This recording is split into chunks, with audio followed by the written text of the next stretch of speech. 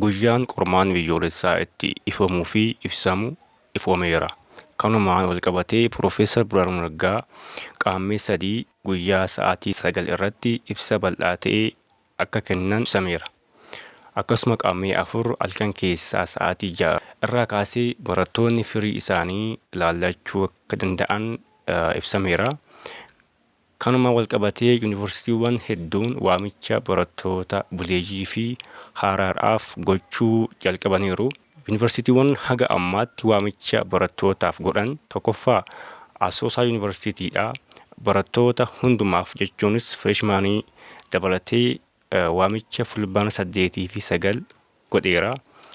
Lammaffaa Gondar Yuunivarsiitii barattoota buleeyyiidhaaf fulbaana 5 fi 6. Akkasumas immoo barattoota haaraadhaaf fulbaana 7 fi 8. Akkasumallee Arbaa Minch Yuunivarsiitii barattoota haaraadhaaf fulbaana 5 fi 6. Barattoota buleeyyiif immoo fulbaana 8. Adabbiidhaan immoo fulbaana 12 waamee jira.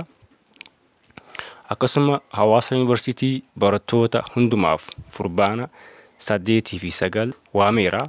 Dirredawaa Yuunivarsiitii barattoota remediyaaliin alatti fulbaana 10tti waameera.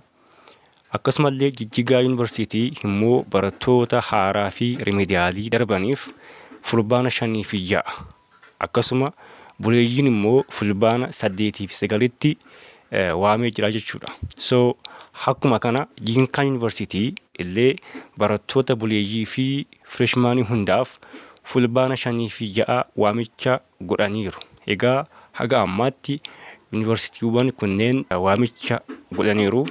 Akkuma qormaan gadhiifameen ilaaluuf teelegiraam chaanaalii keenya jooyin godhaa, liinkii isaanii diskiripshin booskii fi koomentii booskii irraa argachuu dandeessu. So carraa gaarii hunda keessaniif hawwinaa. Miidiyaa keenya subscribe akkasuma illee viidiyoo kana immoo laayik gochuun barataa hedduu biraan ga'aa. Horaa bulaa.